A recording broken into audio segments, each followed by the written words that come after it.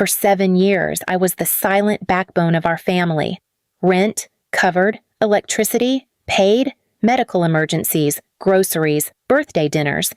If it came with a bill, I handled it. I never complained, not even when my savings thinned or when I skipped dinners so they wouldn't see I was eating cheap noodles in my room. I was the oldest daughter, and when my dad lost his job after his company shut down, I stepped in without a second thought. At 23, I was juggling 2 jobs, one in retail during the day and freelance design work at night, just to make sure our house didn't fall apart. My brother was in college. My sister was still in high school. Mom was emotionally overwhelmed, and Dad, he never once said thank you. Please subscribe to our channel and tell us in comments from where are you watching this video.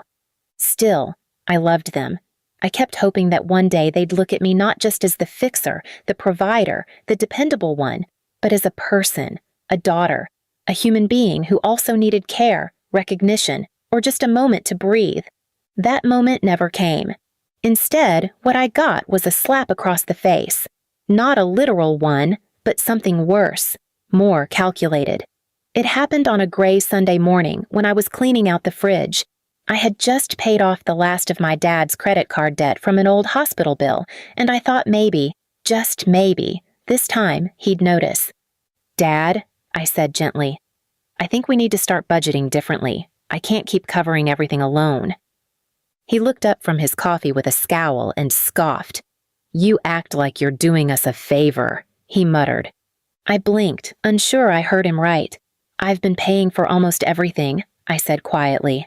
"I'm not acting, I am helping." That's when he stood up, slammed his mug on the counter, and spat the words that would replay in my mind for years. "You think you're some kind of saint? You're just a leech with a martyr complex. You live under this roof for free, and now you're lecturing us like we owe you something? If you're so tired of helping, get out." I froze. Mom was there. She didn't say a word. My sister looked up from her phone but didn't react. My brother, home from college, just shrugged and went back to his cereal. No one defended me. No one said, "Wait, she's the reason we're still standing." I was invisible. I stood there for a long second, heart pounding, trying to figure out whether to scream, cry, or collapse. Instead, I walked to my room, shut the door, and sat in silence. That night, I packed a single suitcase. I didn't announce it.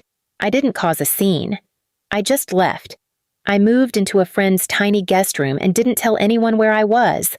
I cut off the payments. The auto pay on the mortgage, gone. The utilities, canceled. The grocery delivery app I subscribed to on their behalf, deleted.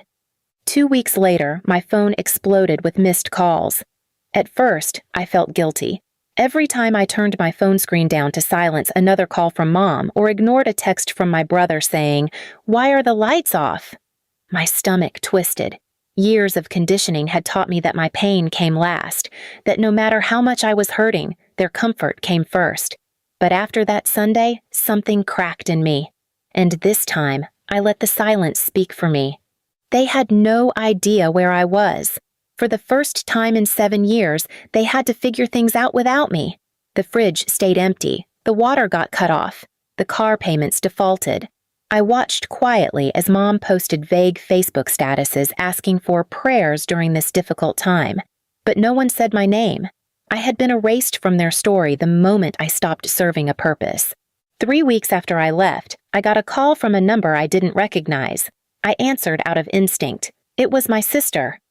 "You're being dramatic," she hissed. "Mom and Dad are struggling and you're out there pretending to be some victim?" I took a deep breath. "You mean the victim who's been paying for your Wi-Fi, your lunch orders, and your online clothes for the last 4 years?" Silence.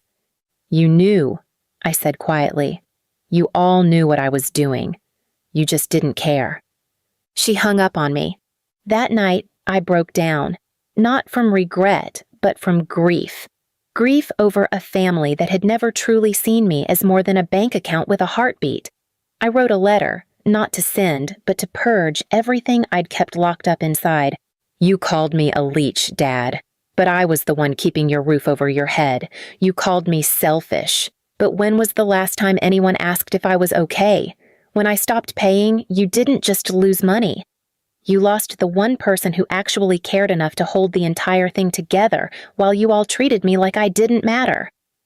2 months passed. I moved into a tiny studio of my own, got a better remote job, and finally started spending on myself. I bought real food. I went to therapy. I slept without waking up to financial anxiety. For the first time, I wasn't surviving. I was living. And then the email came. From my dad. Subject, URGENT. Please read. It was a wall of text. He said they were being evicted, that they were blindsided by the bills I used to cover, that if I could just help out this once, it would be enough to keep them afloat. There was no apology, just desperation. I didn't respond. I waited. A few days later, a letter arrived at my work address. I had never given it to them. Somehow, they found it. Inside was a copy of something that made my heart freeze. My name was missing from my dad's retirement insurance policy. I had been intentionally excluded 2 years ago. The reason? I wasn't reliable. So not only did they rely on me for years, they had also officially erased me behind my back. I sent no reply, but something inside me shifted. I wasn't just going to walk away. I was going to reclaim my narrative. And fate handed me the opportunity in the most ironic way. An old college friend I hadn't spoken to in years texted me, "Hey, you know that duplex your parents live in?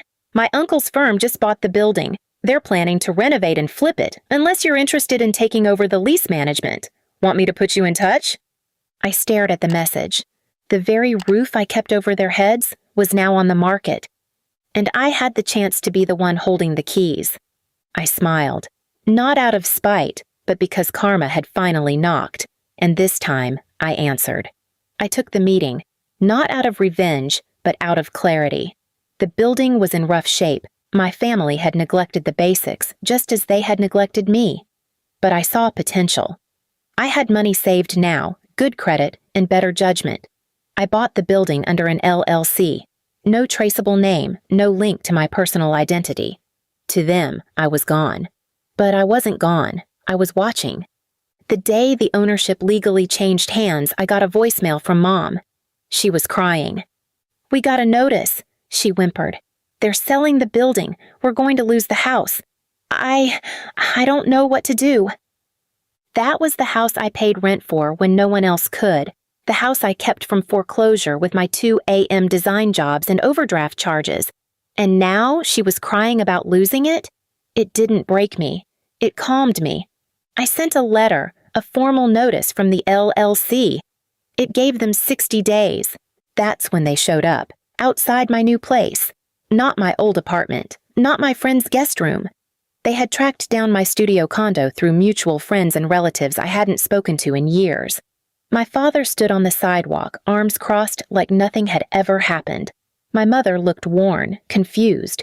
My brother, who hadn't spoken to me in months, held a grocery bag as if it were some kind of peace offering. "Can we come in?" Dad asked flatly. "No," I said.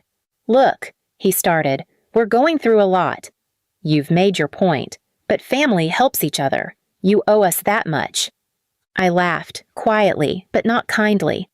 "I owe you? I gave you everything for 7 years. You threw me out and called me a leech." Mom reached out, eyes brimming. "We were stressed. We didn't mean it." "Did you mean taking my name off the retirement policy? Was that also just stress?"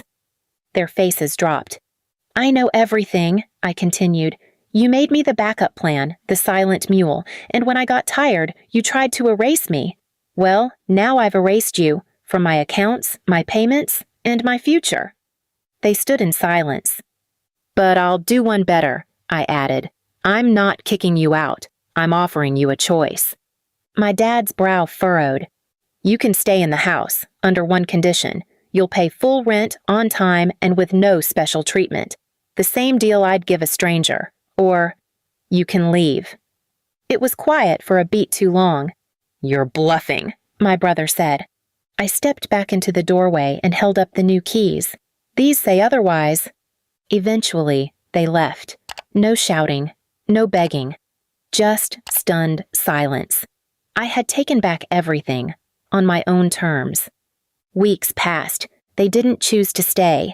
They moved in with one of my aunts who had always looked down on me for never settling down. I heard through the grapevine they weren't happy there, but they never reached out again. I kept the duplex, renovated it, and turned the second unit into a quiet, creative retreat where I painted, read, and finally breathed without tension pressing on my chest. The rent from the tenants paid for my peace. The silence paid for my healing.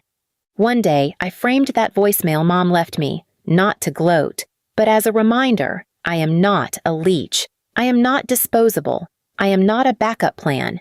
I am the foundation they stood on, and now I'm the one standing tall. And when people ask me if I ever miss my family, I smile and say, number. I finally built one, with boundaries, grace, and my name on the deed. Full circle, all mine. Please subscribe to our channel and tell us in comments from where are you watching this video.